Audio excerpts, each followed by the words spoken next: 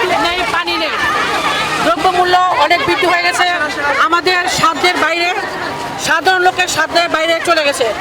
এই প্রতিবাদে আমরা রাস্তায় নেমেছি, আমরা পথযাত্রা শুরু করেছি। এর জন্য আমাদের প্রতিবাদ, আমরা শান্তভাবে শান্তশিষ্টভাবে আমরা প্রতিবাদ জানাচ্ছি। আওয়ামী লীগ সাধারণ সম্পাদক এটা বলেছে তাদের কাজ হচ্ছে সাধারণ জনগণকে তারা ধরে খুন করে তারা এগুলি করে। এই জন্যই তারা তাদের মাথায় সবসময় এই চিন্তাটাই থাকে। ওই সেন্সি সে বলেছে যে আমাদের এটা মরণ যাত্রা, এটার জবাব বাংলাদেশের জনগণ একটা সময় দিবে ইনশাল্লাহ। এখন তো বোঝা যাচ্ছে না, আওয়ামী লীগ সরকার তো অনেক ষড়যন্ত্র করতেছে এবং করছে। এখন আমরা আজকে পথযাত্রা করব, আমাদের সামনে আরো আমাদের নির্দেশনা দিবে নেত্রীরা, দেখা যাক কি হয়। আল্লাহ ভরসা, আমাদের সাথে জনগণ থাকবে, বাংলাদেশের প্রত্যেকটি জনগণ সাধারণ লোক আমাদের পাশে থাকবে ইনশাল্লাহ। এই জনগণই এই সরকারি স্বৈরাচারী পথযাত্রা নিয়ে আমাদের দাবি একটাই, অবৈধ সরকার, ভোট ডাকাত সরকার, জনগণের ভোটের অধিকার ফিরে দেওয়ার জন্য এই পথযাত্রার মাধ্যমে, শান্তির পথযাত্রার মাধ্যমে অবৈধ সরকার, অবৈধ ভোট চোর ডাকাত শেখ হাসিনার পতন এবং শেখ হাসিনার পতন করেই এই পথযাত্রার মাধ্যমে আমরা প্রমাণ করতে চাই দেশ তারেক রহমানের নির্দেশ, দেশ নেত্রী বেগম খালেদা জিয়ার নির্দেশ, এই সরকারের পতন ঘটে এই বিএনপি এবং সাধারণ জনগণকে নিয়ে মাঠ থেকে সরে যাব আমরা। যেই পর্যন্ত এই শেখ হাসিনার পতন না হবে, এই অবৈধ ভোট ডাকাতের পতন না হবে, আমরা রাজপথে আছি। খালেদা জিয়া সরকার এই মুহূর্তে দরকার, খালেদা জিয়া সরকার এই মুহূর্তে দরকার, খালেদা জিয়া সরকার মুক্তি চাই, খালেদা জিয়া মুক্তি চাই, মুক্তি চাই, খালেদা জিয়া যাত্রায় 10 দফা দাবি নিয়ে আমরা রাজপথে নেমেছি।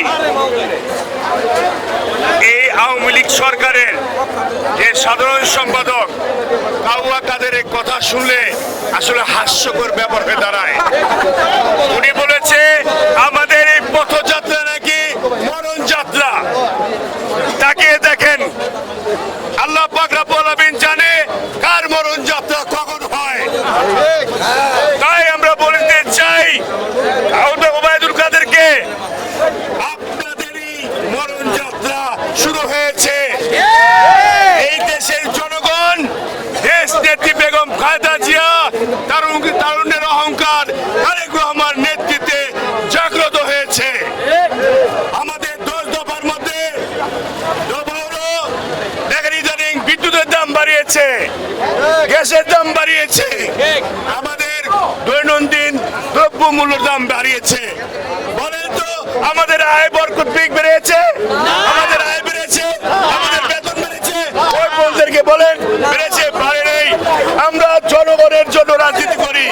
দেশ নেত্রী বেগম খালেদা জিয়া, তারেক রহমান এই সার্বভৌমত্বকে ভালোবাসে, এই দেশকে ভালোবাসে, তাই 10 দফা দাবি দিয়েছে। এই দাবি আমরা আদায় করে ছাড়বই। জনতা মির্জা আব্বাস এবং আফরোজা আব্বাস ভাবির নেতৃত্বে এই খিলগাঁও থানা অর্থাৎ ঢাকা মহানগর দক্ষিণ জমে উঠেছে, গর্জে উঠেছে। ইনশাআল্লাহ আমরা 10 দফা দাবি আদায় করে আমরা রাজপথ থেকে বিদায় নেব। শিক্ষা বইয়ে বানর কেন? খুনি হাসিনা জবাব দে। শিক্ষা বইয়ে বানর কেন? খুনি হাসিনা জবাব দে। Take back, take back. Take back, take back. মুক্তি মুক্তি মুক্তি চাই, খালেদা জিয়ার মুক্তি চাই, খালেদা জিয়ার মুক্তি চাই। Take back, take back.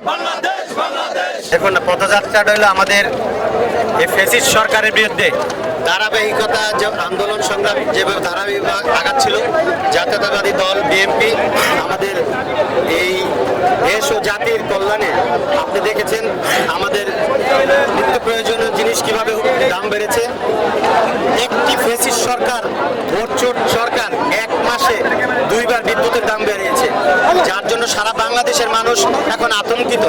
তারা তাদের প্রয়োজনটা বুঝতে পেরে আমাদের বাংলাদেশ জাতীয়তাবাদী দলের যে এখন জনাব তারেক রহমান উপযোগী হিসেবে 10 দফা একটা আন্দোলন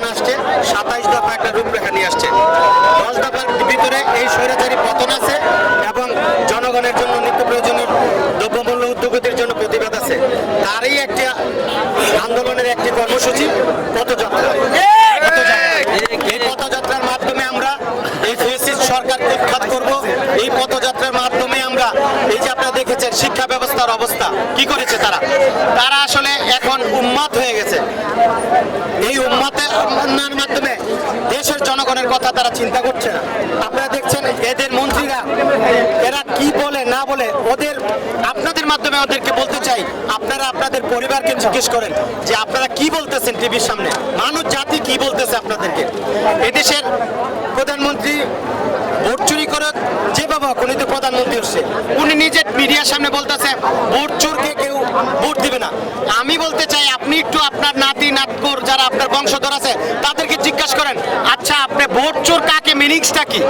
তাইলে আমরা জাতি বাংলাদেশের জনগণ একটু বুঝতাম আসলে ভোট চোর কারা।